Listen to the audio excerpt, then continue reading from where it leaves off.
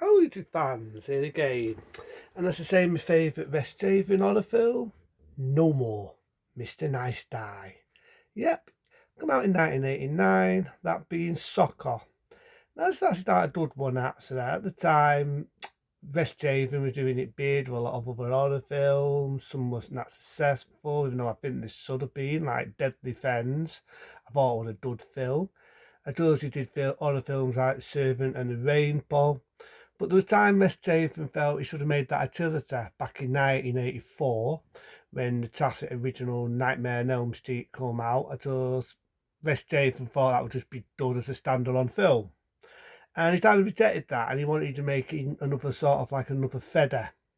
So as we got into the late 80s, being 89, he decided to make his own version of Feather, that being Boy Pinker, in the tacit horror film from 89 being Soccer.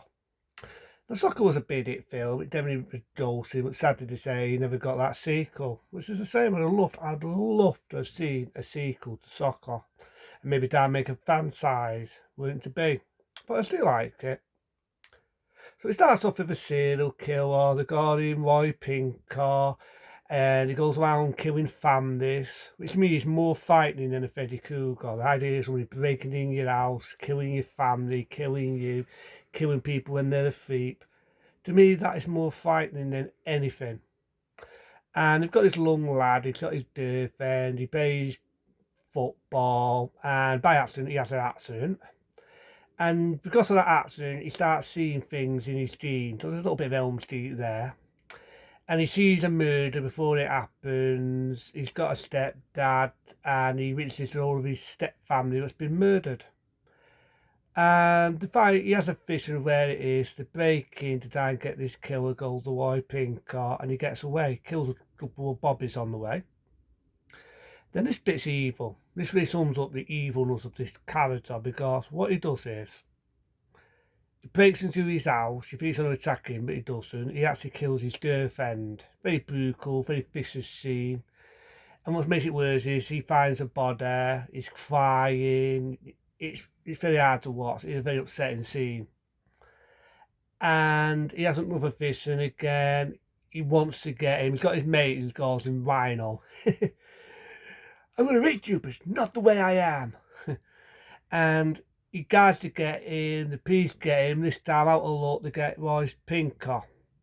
Now, this come out roughly the same year as House Fee, the horror show, or in some parts of America they call it the horror show. Because there's a bit where he gets elected. The only difference is I felt House Fee did it better, more, you know what I mean? Like the bit where he's getting elected to, there's just that line, all he did was give me an ad on. That scene. I felt that had more on in it, even in its uncut form. In this, it's there, but not as much of a, not much of a punch, to put it safely. And you've got this one woman, a bit of a dude dudder. Oh, it's watering, he's only a human, they treat him like an animal. And I don't like the lad's responses when he says, why give an animal a bad rap? So he gets elected to it, he hits the woman with electric foe, and you think he's a goner, but come on, it's Westhaven, may he rest. He can get now into people's bodies. I don't mean that in a sexual way. And I love the bit where the woman comes up, she gets out of this piece car and says, go about giving me some head.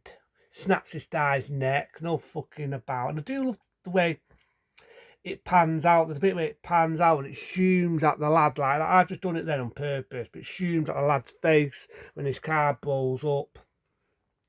I do like that little touch. There's a bit where he's having a nightmare when he's trying to sell his house. And then he's now jumped into the body of this copper. This copper's been out a few things. I remember him being in Friday the 13th, part 6. So there's a bit, he's chasing him, he's trying to shoot him, and he jumps into his little door. Then the door jumps into the mother. So I mean, he can jump into bodies, and then halfway through the film, he can then come into electric, he can get into TV, he can do anything. Which feels also done imagination of Westhaven in this. So he's got his mates, he's started to finish his mates, that Roy Pinker can now jump into people's bodies. There's a bit where he jumps into his stepfather's body, who's a bob bear, and he's had to set him up. But the only thing is, which I almost forgot, Roy Pinker has a limp. So he walks around, he's limping. So even when he jumps into someone's body, it's a dead giveaway because he's got a fucking limp. And you got the idea that Roy Pinker is his dad. Because before he got the electric chair, he does mention about him used to beating him up, used to beat his mum up.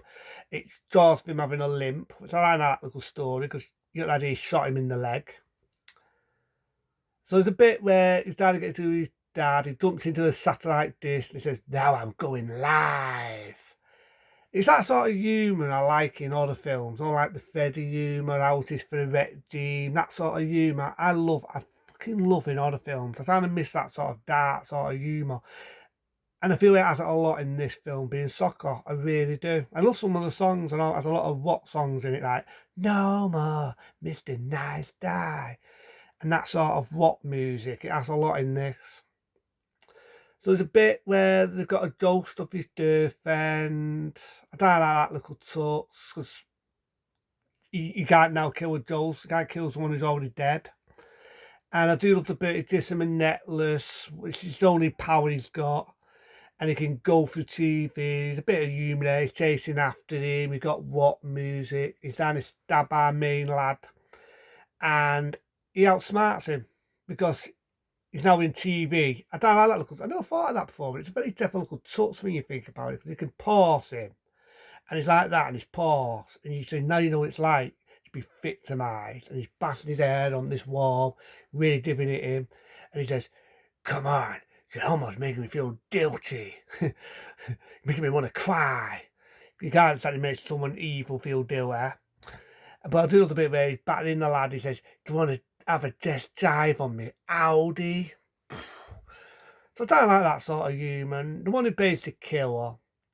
The funny thing is, he's been in a few episodes of Dias, and you may remember him being the boss man in the X-Files. This was like his big break. And like I say, he finds out he only got so much time to get into the real world, uses his necklace, he jumps through, and his mates destroy Electric, and he says, "Your time is wrong because your time's not ticking." And he jumps through, he outsmarts Roy Pinker, he gets tapped. But I love the bit where he's threatening him. "I'm going to get you. I'm going to get you in the TV world. I'm going to fuck you up now." But I love the bit, the lad's got the moment jaw, he does that. And again, you got a beautiful bit of music, beautiful, satisfying ending. And it's one of these, I'd love to have seen a sequel to this, a third one, a fourth one. Sadly to say, it wasn't a success. Soccer wasn't that successful, but I still think West Haven made a good one. Come out in '89. It did make money overseas, and I think over here it was well received. We had a lot of phase of marketing the film, and I think it was a good one. Season of going back from the past. I don't want to see a remake of Soccer. I do not want to fucking see a remake of Soccer. I don't, any shape or size. I think they did it good in this. I think they made a satisfying film. There are a lot of good rock songs. It's definitely a good one. Yes, it come out the same year as House Fee. The time copied Electric Chair. I just said it. I think House Fee did it better. But I still think this is a good one. So for that, fuck it. A 10-star rating for me. But them, be smart, be safe. And that's my favourite film would say. No more, Mr. Nice Guy.